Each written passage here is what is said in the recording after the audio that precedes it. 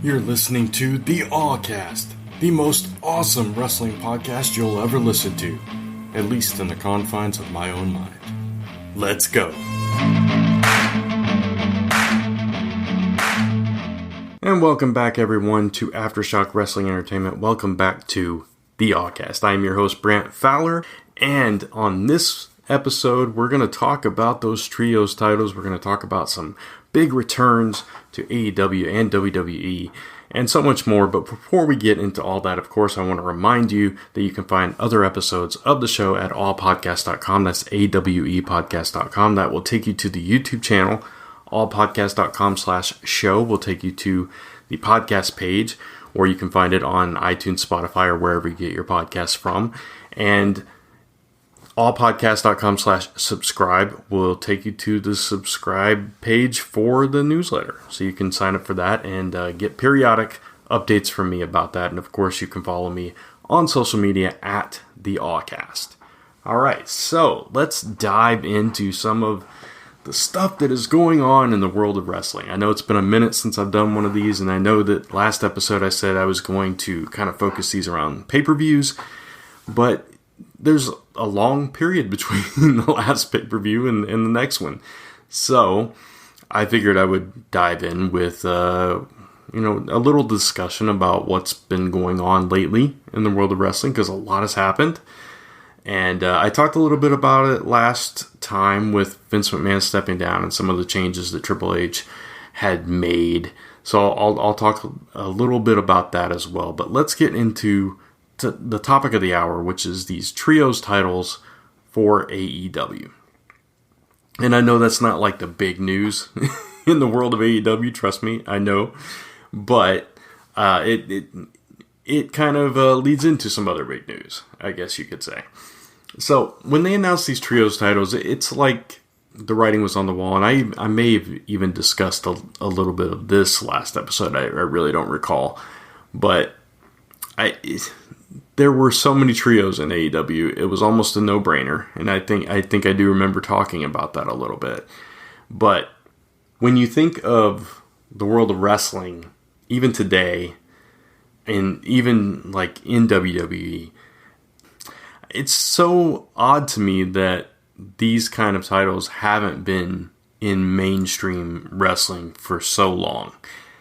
I mean, you still see them in, I believe AAA has a 6-man tag team championship or a trios tag team championship or whatever. I'm sure other smaller companies have them as well.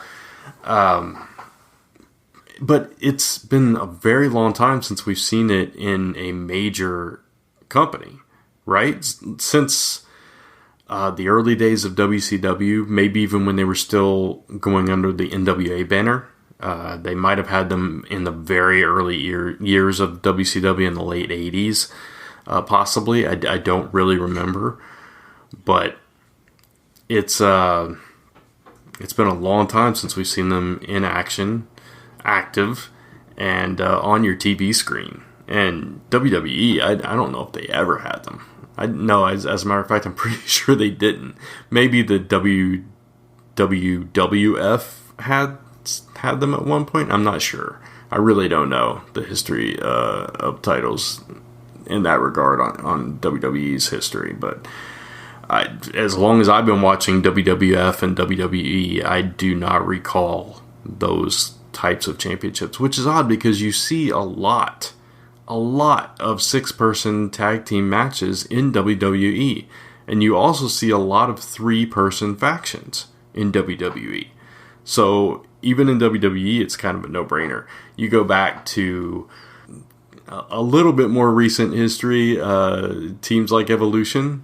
You know, Ric Flair wasn't really a fully active wrestler, so you had Batista, Triple H, and Randy Orton. You had Legacy with Cody Rhodes, Ted DiBiase Jr., and Randy Orton. You had The Shield. You had, on the women's side, you had Team Bad, Sasha Banks, Naomi, and Tamina. Right now, we have Bayley, Dakota Kai, and Io Sky. It's just, and they're always throwing together 3 people on a team to fight 3 other people, and that's a constant. It's not like these are teams that you see over and over again, but you do see that a lot. Like you saw Cesaro, Shinsuke Nakamura, and Sami Zayn for a while. You've got the Bloodline. There's always at least one faction or group of wrestlers that have come together. Judgment Day is another example. I know it's mixed, but still, you see it all the time. 3 is a magic number in wrestling, and with AEW, since the inception of AEW, you've had the Elite, the Young Bucks and Kenny Omega. You've had Best Friends and Orange Cassidy. You've had Death Triangle coming together. You've had Britt Baker with Jamie Hayter and Rebel. And the list goes on and on. There's the Undisputed, whatever they're calling themselves this week. Paragon was a word that was used at some point, but I don't think that's what they're called now. Any combination of the Dark Order.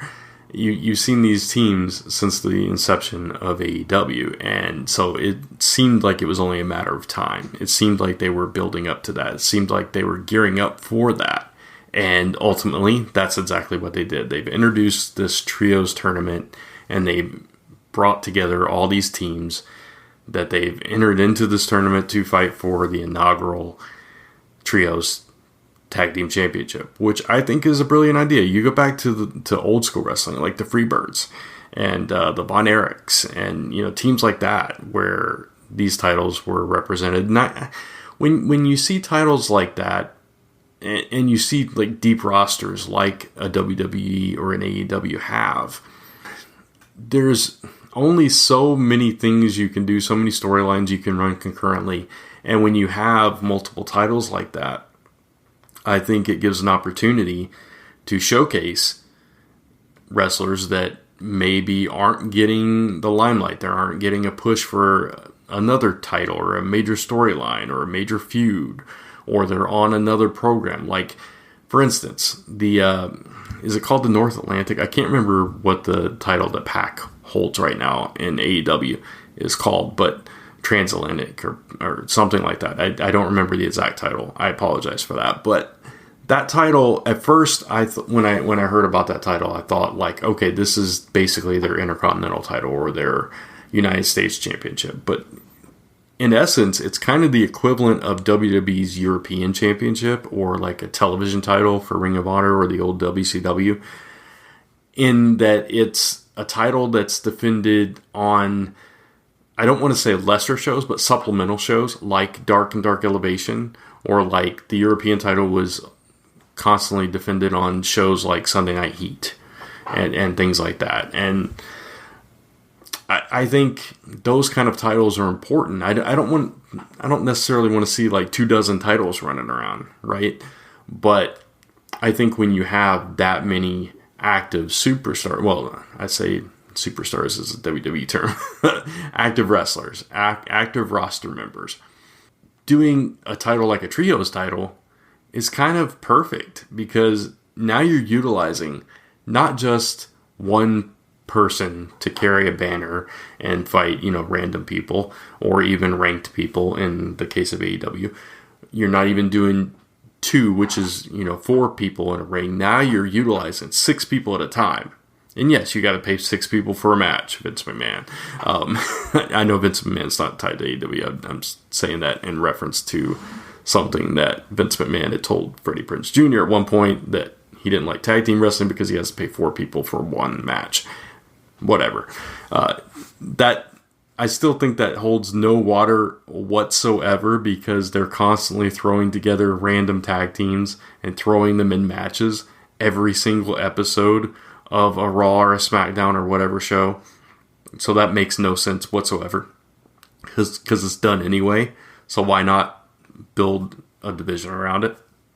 But that's my 2 cents. And like when WWE introduced the women's tag team championships, it's like, it's about time, right?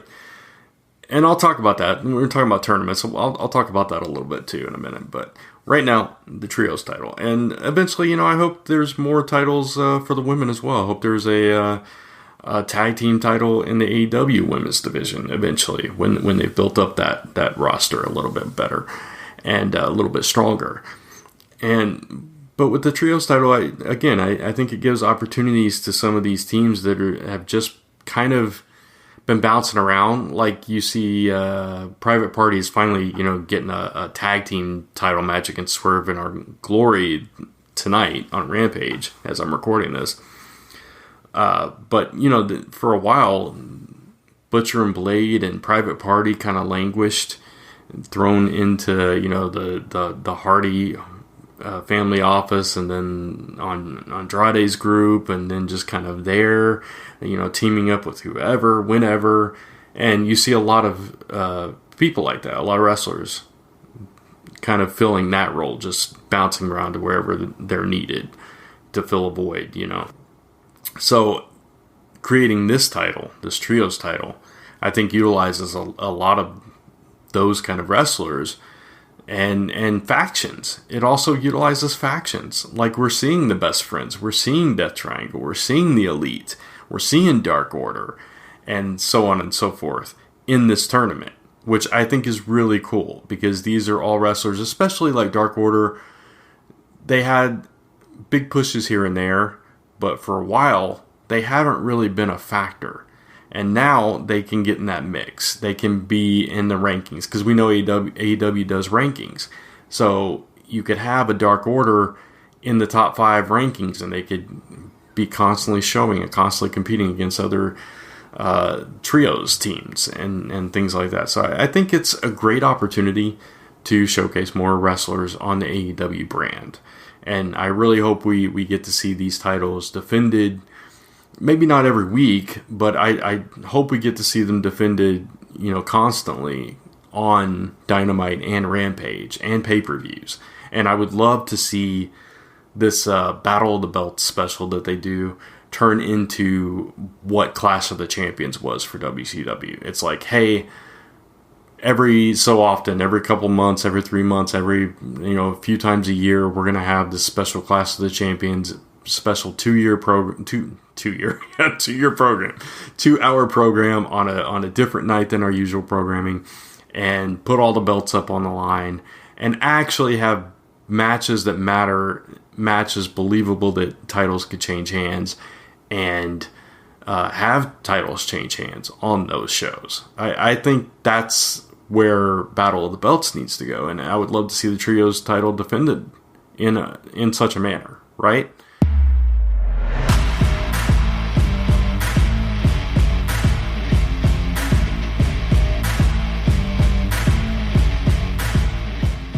If you're a fan of comic books and podcasts, you should check out Comic Book Weekly, Comic Frontline's podcast all about the world of comics, where we share our top 5 comics of the week, talk about the latest news in the industry, and interact with our viewers live each and every Tuesday night at 10:15 p.m. Eastern Time.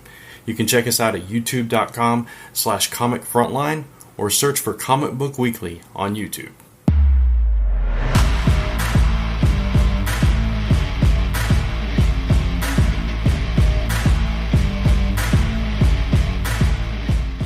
Speaking of Battle of the Belts, real quick, I watched most of the latest Battle of the Belts.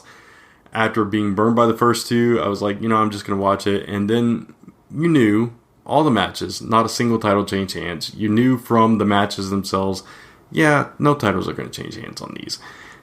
It's just, it's kind of pointless. It's extra wrestling, it's the matches, but when you don't believe for a second that a title could change hands, then there's a flaw in the program, I think. And in that particular show, every Battle of the Belts, it doesn't feel like there's anything on the line. Not really.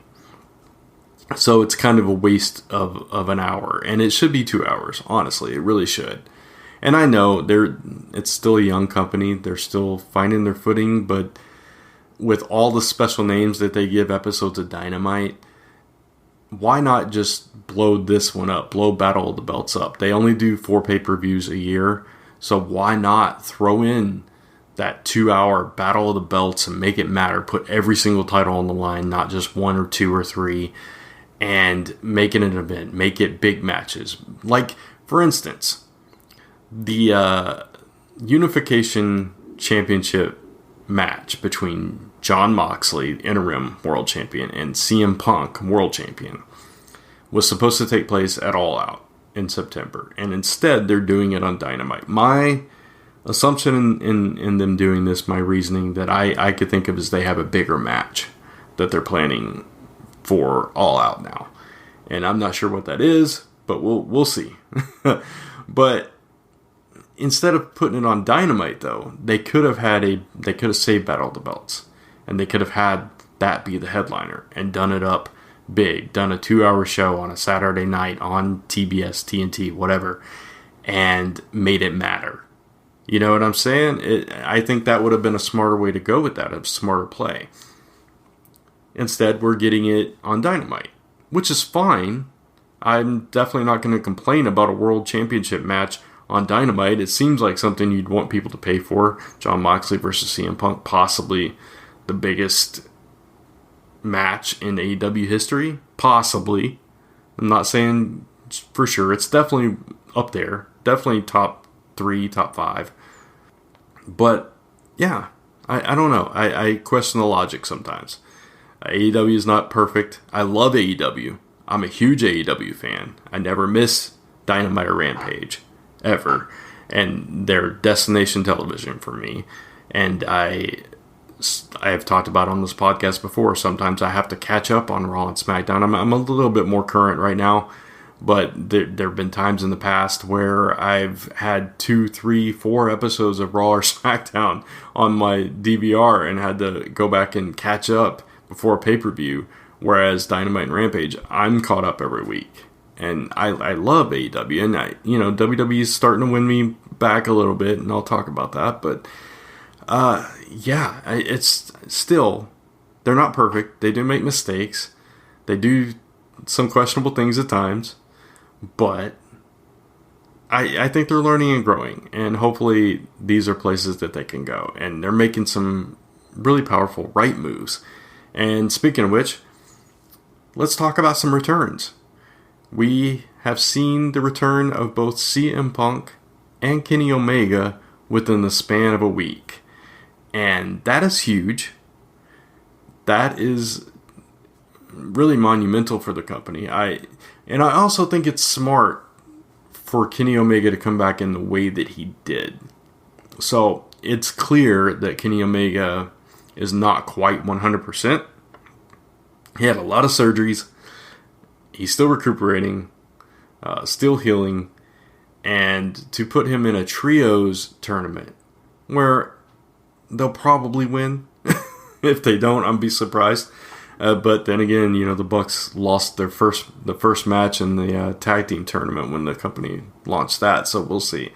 But it's smart to put him in that role, kind of as a supporting player. He comes in, does a few moves, tags out while he's still healing and recuperating, so that a lot of the strain isn't on him, and the Bucks carry the load for the team. And I think that's smart.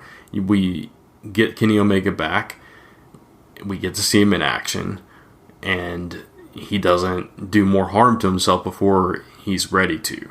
You know what I'm saying? So I like that. I like that he didn't wait and then come back in the world title picture. We've got big headliners right now. And say what you will about the Young Bucks and Kenny Omega and their change of attitude and the whole thing.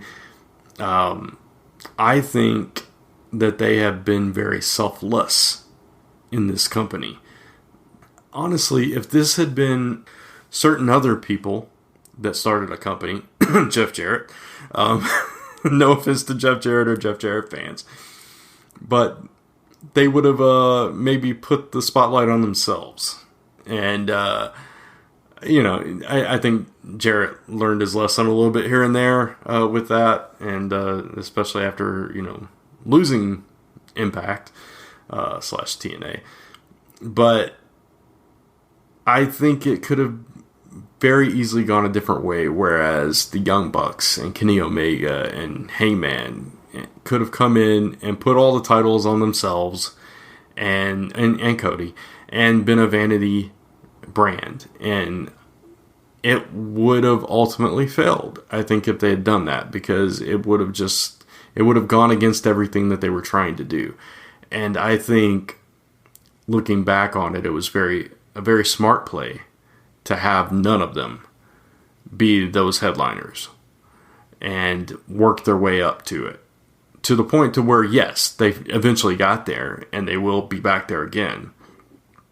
But it took the focus off of them and put it on people where it needed to be. Like Chris Jericho was obviously the biggest star, the biggest known commodity, and he carried the banner. And then Jon Moxley, and then Kenny Omega. And they were able to build up other tag teams as well, young and established, and kind of just build an entire brand around a group of people instead of just their clique, which I think was smart.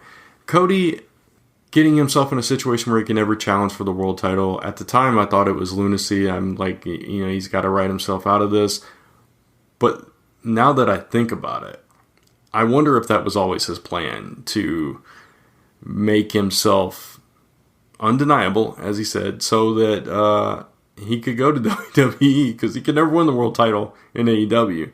So he'd have to go to WWE to fulfill his dream. Food for thought.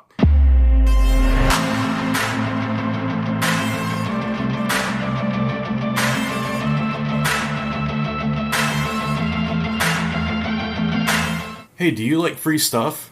You can get a free digital fan-made AEW comic from creator Todd Black just by signing up for our VIP mailing list at subscribepage.com/free-AEW comic. You'll also receive periodic updates about content coming to you from the Allcast and exclusive offers. So go sign up and get your free comic today.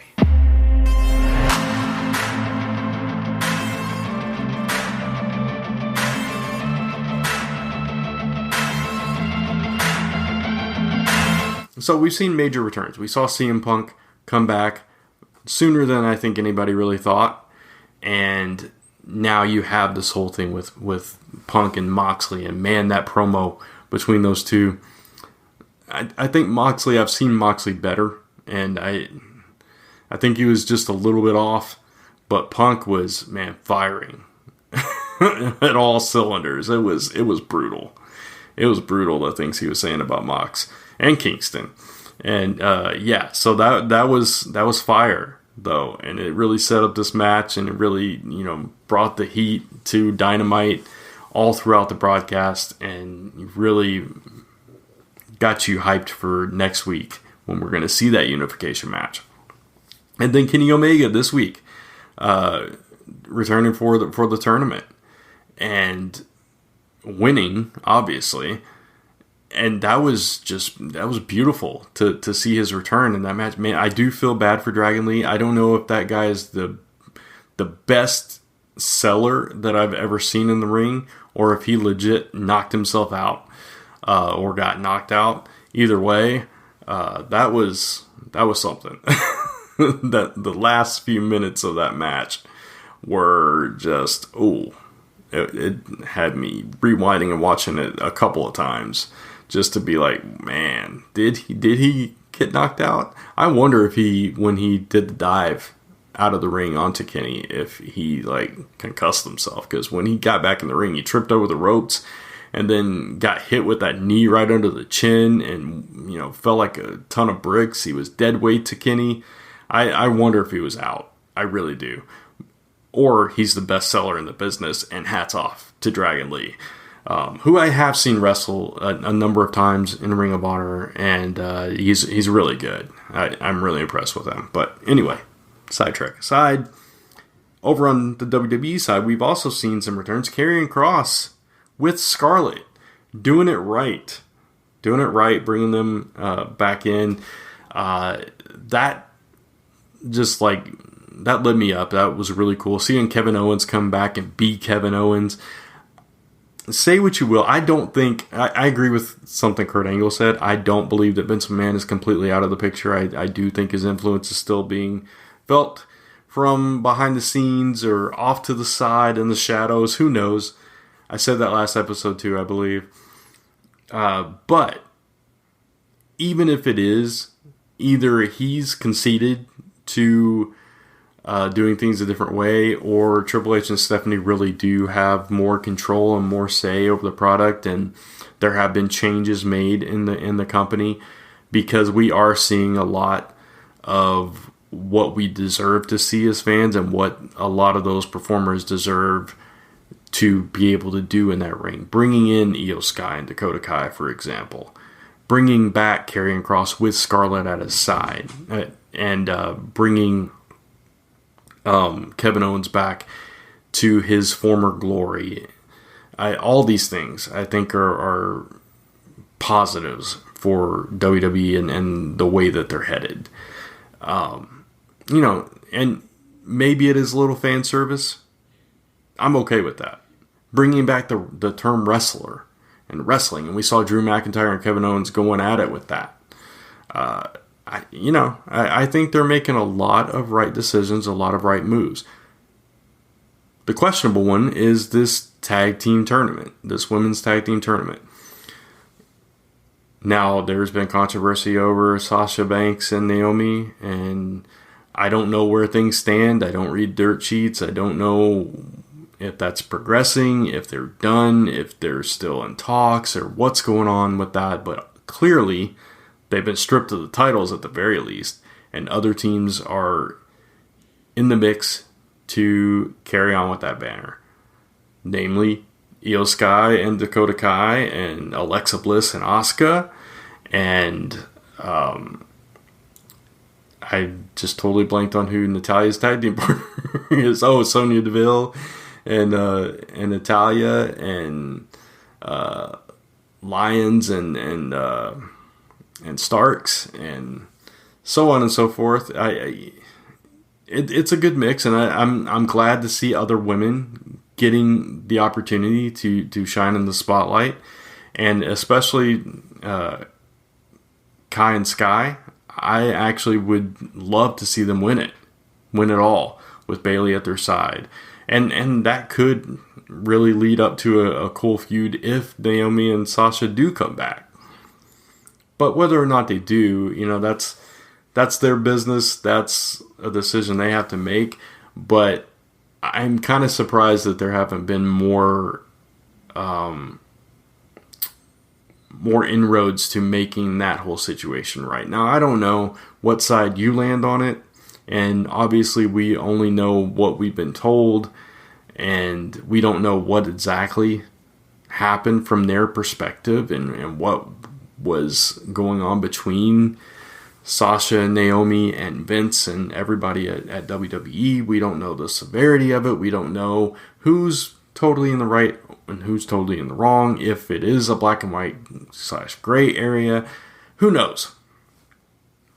But hopefully it all works out for everyone in the end, and whether Sasha and Naomi or Sasha or Naomi end up back in WWE or over in AEW or somewhere else or doing something else, I wish the best for everyone involved.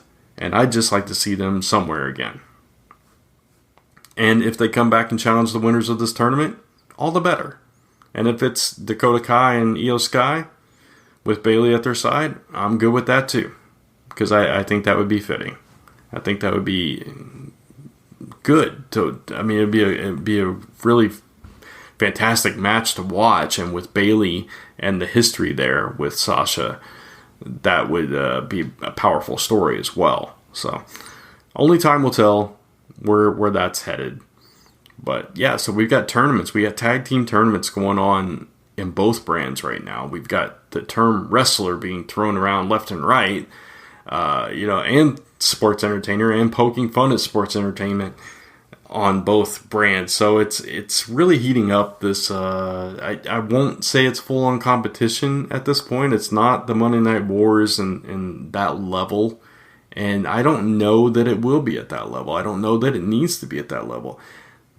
the beautiful thing about competition, and this is why the Monday Night Wars were the pinnacle of professional wrestling to this day, is because competition brings out the best in everyone competing, right? So a rising tide lifts all ships kind of thing. If you have somebody else over here doing something really good, you're going to want to step up your game and do something just as good, if not better, and so on and so forth. So it makes everybody elevate their game, and the winners are the viewers.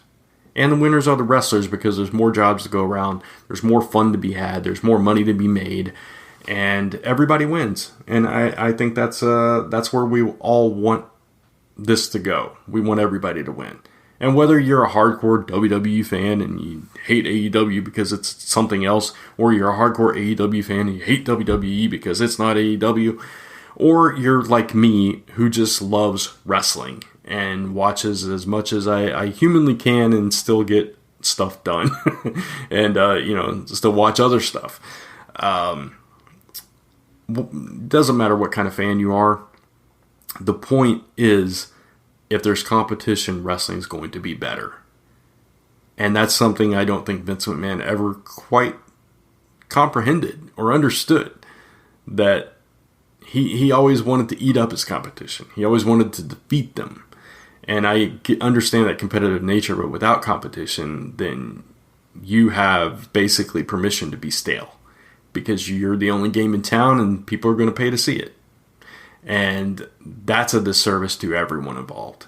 So having competition in the mix elevates WWE, elevates AEW, elevates Impact, elevates Ring of Honor, elevates New Japan, elevates AAA, elevates whatever other brands there are out there to be better, do better, and in the end, the fans win. And that's what I want. So I think it's really cool we're having all these comebacks. We're having big things happen in wrestling. We're having special events, big pay-per-view quality matches on regular weekly television, and everybody's kind of stepping up. You're seeing people that weren't given opportunities before getting opportunities, or people that were forced into maybe gimmicks that they didn't really agree with come out and be themselves once again. And I think this is a win-win, and hopefully it continues on this trajectory and we can all enjoy wrestling again. That's where I'm at. So that's this episode. Hope you enjoyed it. Love to hear your feedback. You can find all those other episodes, once again, at allpodcast.com. That's awepodcast.com. That'll take you to the YouTube channel. allpodcast.com/show will take you to the podcast, or you can find it on iTunes, Spotify, or wherever you get your podcasts from. allpodcast.com/subscribe will take you to the newsletter. Sign up.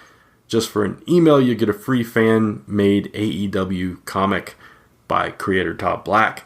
And, of course, follow me on social media at the Allcast. Tune in for the next episode. And until next time, stay awesome and keep watching wrestling. Take care.